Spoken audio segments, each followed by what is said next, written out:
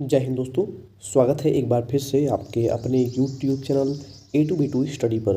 दोस्तों आज की वीडियो में हम पढ़ेंगे यूपी पॉलीटेक्निक एंट्रेंस एग्जाम को देखते हुए डी फार्मा यानी diploma in pharmacy E1 group के छात्र छात्राओं के लिए क्लास है, जिसमें हम बायोलॉजी के थ्योरी की क्लास को पढ़ रहे हैं। इसकी ऑलरेडी 2 से 3 क्लासेस चैनल पर अपलोड कर दी गई है। अगर आपने उन वीडियोज़ को नहीं देखा है तो उन वीडियोज़ को ज़रूर से देख लें। आज हम पढ़ेंगे रक्त के बारे में। हम पढ़ रहे थे तो रक्त के कार्य हम आज इसके आगे के बारे में पढ़ने वाले हैं। तो चलिए स्टार्ट करते हैं। दोस्तों रक्त यानी ब्लड के फंक्शन के बारे में आज पढ़ने वाले हैं। तो ऊतकों अथवा अंगों को ऑक्सीजन पहुंचाना ये होता है रक्त का कार्य। आपका जो रक्त है ना, उसका कार्य होता है आपके शरीर के विभिन्न अंगों तक ऑक्सीजन को पहुंचाने का कार्य करता है। पोषक तत्वों जैसे कि ग्लूकोज, एमिनो अम्ल, वसा, प्रोटीन, लिपिड आदि सभी को आपके शरीर के विभिन्न अंगों तक रक्त जो है वो पहुंचाने का कार्य करता है। उत्सर्जी पदार्थ जैसे कि यूरिया, कार्बन डाइऑक्साइड को शरीर से बाहर निकालने का कार्य भी आपका रक्त ही करता है। उत्सर्जी पदार्थ जो होता है यानी जो भी आपके शरीर में गंदे पदार्थ होते हैं, जो अपशिष्ट पदार्थ होते हैं, उनको निकालने का जो कार्य करता है ना, वो करता है आपका वृक्क। आपके शरीर में जो वृक्क है ना, वो कार्य करता है उत्सर्जी पदार्थ, उसे उत्सर्जी अंग भी कहा जाता है। शरीर का बीमारियों से लक्षण यानी आपके शरीर को विभिन्न प्रकार की बीमारियों से बचाने का कार्य जो है ये भी रक्त ही करता है। शरीर का जो पीएच मान है यानी जो पीएच वैल्यू है उसका निर्धारण भी रक्त ही करता है। आप जानते हैं कि जो हम रक्त का पीएच मान होता है वो क्षारीय होता है, और कितना होता है वो हमने आपको पिछली वीडियो में बताया था। तो आप जल्दी से कमेंट करके बताइए कि कितना था। शरीर के तापमान को नियंत्रित करने का कार्य भी जो है वो ब्लड ही करता है। ठीक है, शरीर के एक अंग से दूसरे अंग तक जल का वितरण करना भी रक्त का ही कार्य है। तो ये सभी रक्त के कार्य है। आपको क्वेश्चन में जो एग्जाम में क्वेश्चन कुछ इस प्रकार पूछा जाएगा कि 4 ऑप्शन आपको दे देंगे कि रक्त के कार्य में से कौन से हैं और कौन से नहीं है। तो आपको दे देगा कि शरीर का पीएच मान निर्धारण, शरीर का तापमान निर्धारण, शरीर के विभिन्न अंगों तक जल का वितरण करना, और आपको एक ऑप्शन उसमें अलग कोई दे देगा। तो आपको वही ऑप्शन करेक्ट मार्क करने आना एग्जाम में। और रक्त से जो एग्जाम में एक क्वेश्चन आता है। इसके बाद हम देखेंगे रक्त का थक्का बनना यानी ब्लड क्लॉटिंग। ये क्या है दोस्तों? थ्रोम्बोप्लास्टिन प्लस प्रोथ्रोम्बिन दोनों मिल करके थ्रोम्बिन का निर्माण करते हैं। थ्रोम्बिन प्लस फाइब्रोनोजन मिल करके फाइब्रिन का निर्माण करते हैं। वही फाइब्रिन प्लस बिम्बाणु मिल करके रक्त के थक्के का निर्माण करते हैं। अगर आपके शरीर में विटामिन, ऐसा कौन सा विटामिन है जिसकी कमी से शरीर में रक्त का थक्का जो है वो नहीं बनता है?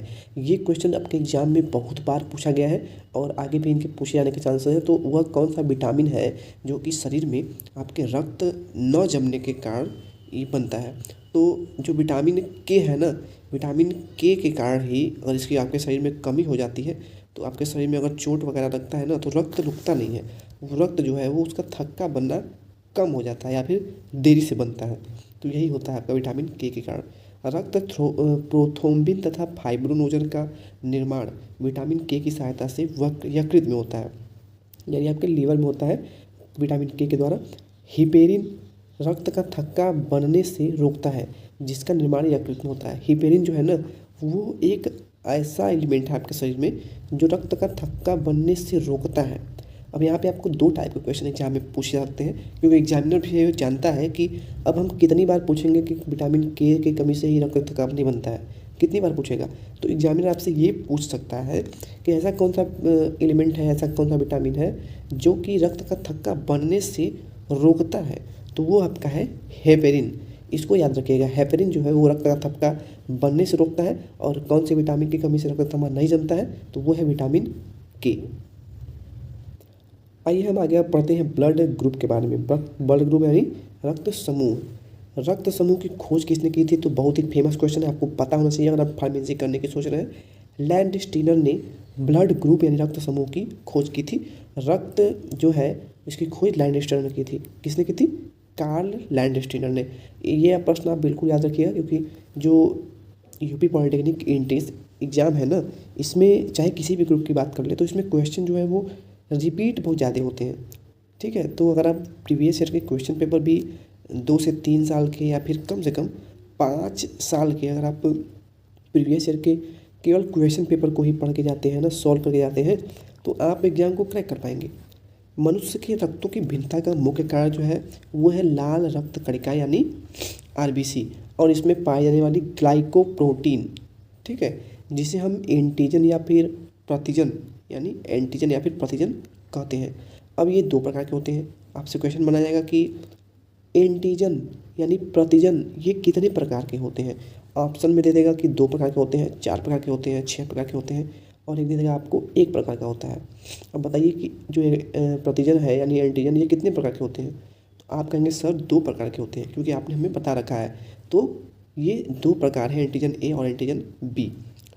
इनकी उपस्थिति के आधार पर मनुष्य के रक्त को 4 समूहों में बांटा गया है। वे समूह कौन कौन से हैं? Blood group A, blood group B, A B और ओ, ठीक है। इसमें जो सबसे कम मात्रा में पाया जाने वाला जो रक्त है वो है विटामिन ओ, रक्त समूह ओ। जो ब्लड ग्रुप ओ है ना, ये करीब 1 लाख लोगों में माना जाता है कि किसी एक व्यक्ति का ही ब्लड ग्रुप जो है वो ग्रुप ओ होता है। रक्त समूह ए का जो प्रतिजन है वो ए है, और उसका जो एंटीबॉडी है वो बी है। दोस्तों ये जो है काफ़ी इंपॉर्टेंट चार्ट है, आप इसको हो सके तो बिल्कुल याद कर लीजिए। आपसे क्वेश्चन पूछा जाता है कि रक्त समूह ए का जो एंटीबॉडी है वो क्या है, तो आप बताएंगे कि सर वो तो बी है। वहीं अगर ब्लड ग्रुप बी का एंटीजन क्या है या फिर एंटीबॉडी क्या है, तो वो ए है, और इसका एंटीजन यानी प्रतिजन जो है वो बी है। क्या है? बी है।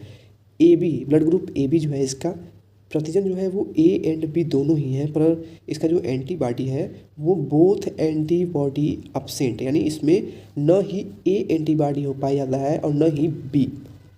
ध्यान से समझिएगा, ये एक प्रकार से एक्सेप्शन की स्टडी में आता है, और इससे जो क्वेश्चन एग्जाम में बनते हैं। जो ब्लड ग्रुप ए बी है ना, इसमें किसी प्रकार का एंटीबॉडी नहीं पाया जाता है, इसमें केवल ए एंड बी यानी दोनों ही प्रकार के प्रतिजन पाए जाते हैं। अब ब्लड ग्रुप ओ पे आ जाते हैं, तो ब्लड ग्रुप ओ जो है वो बोथ एंटीजन अब्सेंट, इसमें क्या है दोनों एंटीजन अब्सेंट होता है, यानी दोनों प्रकार के एंटीजन जो है वो अनुपस्थित होते हैं, और इसमें एंटीबॉडी जो है वो ए बी दोनों आ जाते हैं।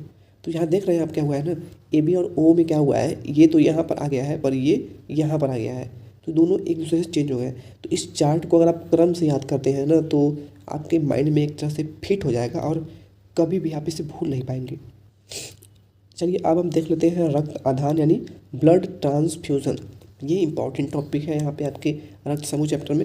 एंटीजन ए व एंटीबॉडी ए तथा एंटीजन बी एवं एंटीबॉडी बी एक साथ नहीं रह सकते। समझ रहे हैं? एंटीजन ए और एंटीबॉडी ए, इसके साथ साथ एंटीजन बी और एंटीबॉडी बी, ये दोनों एक साथ कभी भी नहीं रह सकते। अब इसका क्या कारण है? ऐसा होने पर यह आपस में मिलकर अत्यधिक चिपचिपे हो जाते हैं, जिससे हमारे शरीर के अंदर रक्त का थक्का बन जाता है, जिसके कारण व्यक्ति की मृत्यु भी हो सकती है। ये कारण, क्या कारण है? यही कारण है। अब आपसे पूछा जाएगा कि एंटीजन ए और एंटीबॉडी ए साथ साथ क्यों नहीं होते, यानी आपने अभी ऊपर चार्ट में देखा ना, क्या देखा? अगर प्रतिजन रक्त समूह ए का प्रतिजन ए है तो इसका एंटीबॉडी बी है, ठीक है। वहीं अगर ए बी ब्लड ग्रुप में अगर प्रतिजन ए और बी दोनों है तो यहाँ पर दोनों ही एब्सेंट है, यानी अगर यहाँ पे आपका बी होता या फिर ए होता तो ये क्या होता, आपस में मिल करके एक चिपचिपा पदार्थ बना लेते जो कि आपके रक्त को जमा देता।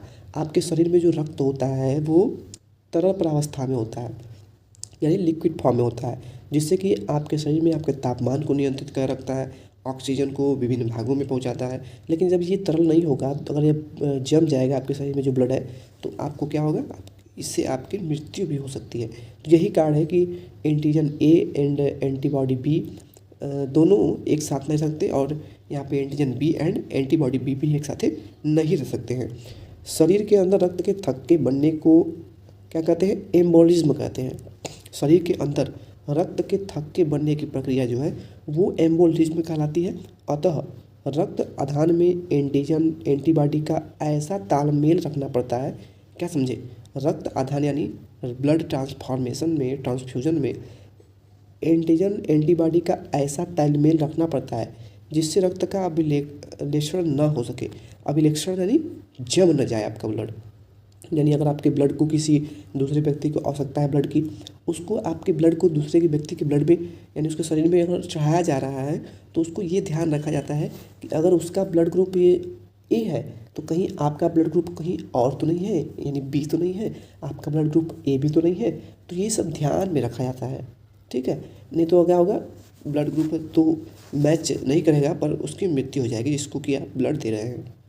दोस्तों अभी जो आप चार्ट देख रहे हैं ना मोबाइल स्क्रीन पर, ये चार्ट समझ लीजिए आपके एग्ज़ाम के 8 मार्क्स हैं। इससे 2 से 3 क्वेश्चन बन सकते हैं। कैसे? इसमें आपको देखिए पहली वाली स्टेज में दिख रहा है ब्लड ग्रुप, तो यहाँ पे हम कलर चेंज कर लेते हैं ताकि आपको विजिबल हो। यहाँ पे आप देख रहे हैं क्या है, ब्लड ग्रुप, ठीक है। और उसके ठीक बगल में आपको दिख रहा होगा ये आपका ब्लड ग्रुप है और ये है एंटीजन और रेड ब्लड सेल।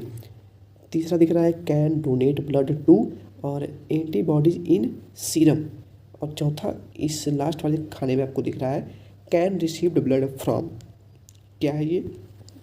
देखिए जो ब्लड ग्रुप ए टाइप का होता है ना, इसमें एंटीजन और रेड ब्लड सेल जो है वो ए ही होता है। और ये जो है ब्लड ग्रुप ए जो है, ये ब्लड जो है ग्रुप ए वाले व्यक्ति को दे सकते हैं। इसके साथ साथ ब्लड ग्रुप ए बी वाले को भी ब्लड ग्रुप ए वाला दे सकता है। और एंटीबॉडीज सीरम की बात करें तो ब्लड ग्रुप ए का जो सीरम होता है एंटीबॉडीज में वो एंटी बी होता है, ठीक है।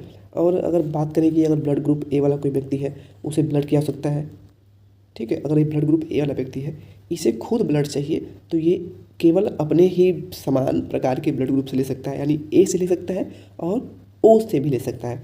अब आप कहेंगे कि सर इतना खतरनाक चार्ट है, हमसे याद कैसे होगा?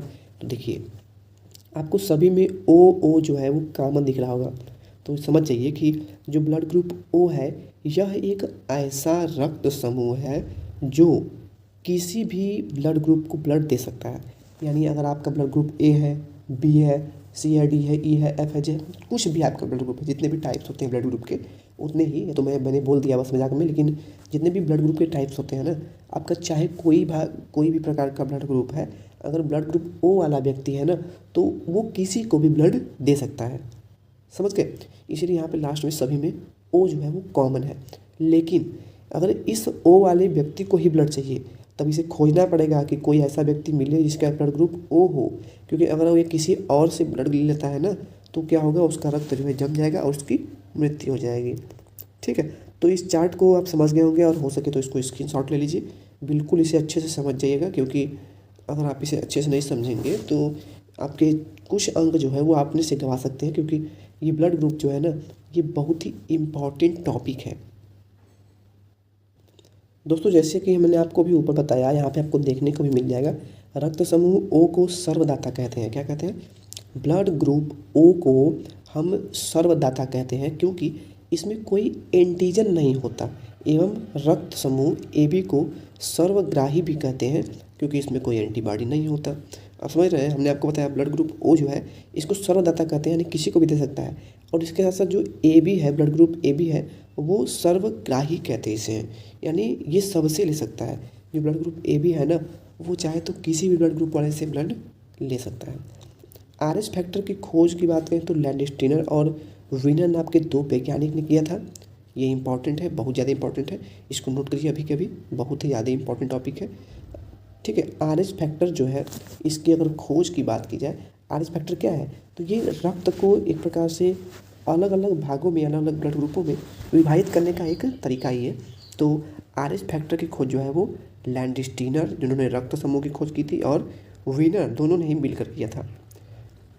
रुधिर या रक्त में एक अन्य प्रकार के एंटीजन का पता लगाया था इन्होंने, जिसे आरएच एंटीजन कहते हैं, क्योंकि इस तत्व का पता इन्होंने रिनस मंकी में लगाया था। रिनस मंकी यानी ये कहीं जगह का नाम लग रहा है, तो इसी के नाम पर इसे आरएच फैक्टर कहा जाता है। क्या कहा जाता है? रिनस मंकी।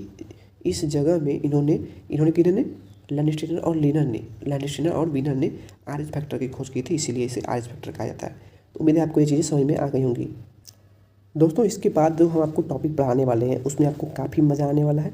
देखिए जिन व्यक्तियों में रक्त में यह तत्व पाया जाता है, तत्व यानी आरएच फैक्टर, उन्हें आरएच प्लस कहा जाता है, एवं जिन व्यक्तियों में रक्त में यह तत्व नहीं पाया जाता उन्हें आरएच माइनस कहा जाता है। यानी आरएच ये जो है जिन व्यक्तियों में ये तत्व नहीं पाया जाता है उसे RH माइनस कहा जाता है, और जिनमें पाया जाता है उसमें RH होता है प्लस यहाँ पे पॉजिटिव का सिंबल लग जाता है। और यहाँ पे कुछ संभावित आपके तरीके बताए गए हैं कि अगर सेम ब्लड ग्रुप हुआ तो क्या हुआ, अलग अलग हुआ तो क्या हुआ। समझिए, अगर माता और पिता दोनों का ही ब्लड ग्रुप O है, क्या है, दोनों का ही ब्लड ग्रुप O है, ऐसा होता नहीं है अक्सर, क्योंकि ब्लड ग्रुप O वाले व्यक्ति जो है वो लाखों की संख्या में एक होते हैं केवल। तो अगर ऐसा होता है, ब्लड ग्रुप O दोनों लोगों का होता है, तो संभावित में जो पुत्र होगा उसका ब्लड ग्रुप O ही हो सकता है।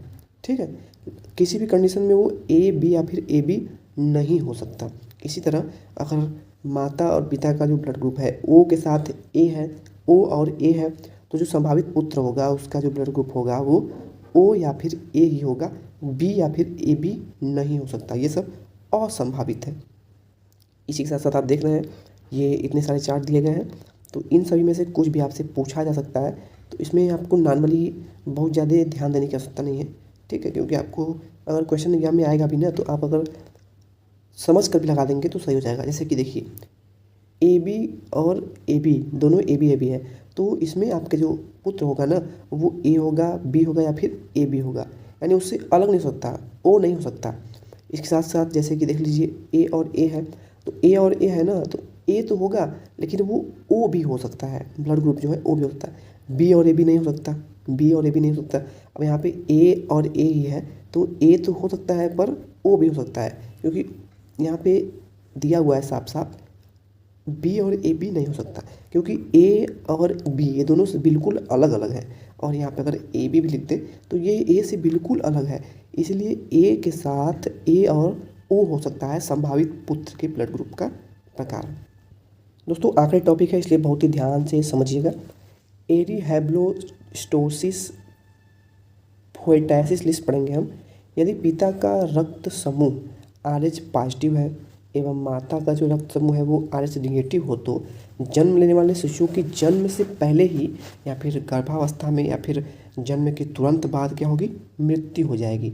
ऐसा दूसरी संतान के जन्म पर होता है, क्योंकि इस स्थिति में RH पॉजिटिव तथा RH नेगेटिव पहली संतान के समय माता के शरीर में RH एंटीबॉडी बन जाता है। यानी जो पहली संतान होती है वो उसके समय RH जो एंटीबॉडी है वो शरीर में उसका निर्माण हो जाता है, लेकिन जब ये दूसरी बार होने को होता है तो ऐसा नहीं होता है। इसी कारण जो शिशु होता है उसकी मृत्यु हो जाती है। दोस्तों हीमोफीलिया ये एक प्रकार का रोग है जो कि आनुवांशिक यानी जेनेटिक बीमारी है, जेनेटिक रोग है। रक्त को थक्का बनने में सामान्य समय जो है वो 15 सेकेंड लगता है, और अधिकतम ये 1 से 2 मिनट का समय लग सकता है। यानी अगर आपको चोट लगा है, आपके शरीर से खून बह रहा है, आपके शरीर से ब्लड जो है वो बह रहा है, तो उसे कम से कम 15 सेकेंड में रुक जाना चाहिए। लेकिन अगर ये 15 सेकंड में नहीं रुकता है तो आपके शरीर में जो है विटामिन के की कमी हो सकती है, और ये मैक्सिमम 1 से 2 मिनट तक बह सकता है। इसके बाद तो इसे रुकना ही चाहिए। इस कंडीशन में नहीं रुकता है तो ये है आपका हीमोफीलिया का लक्षण। देखिए, लेकिन इस बीमारी में रक्त का थक्का बनने में 15 मिनट या इससे ज़्यादा समय लगता है।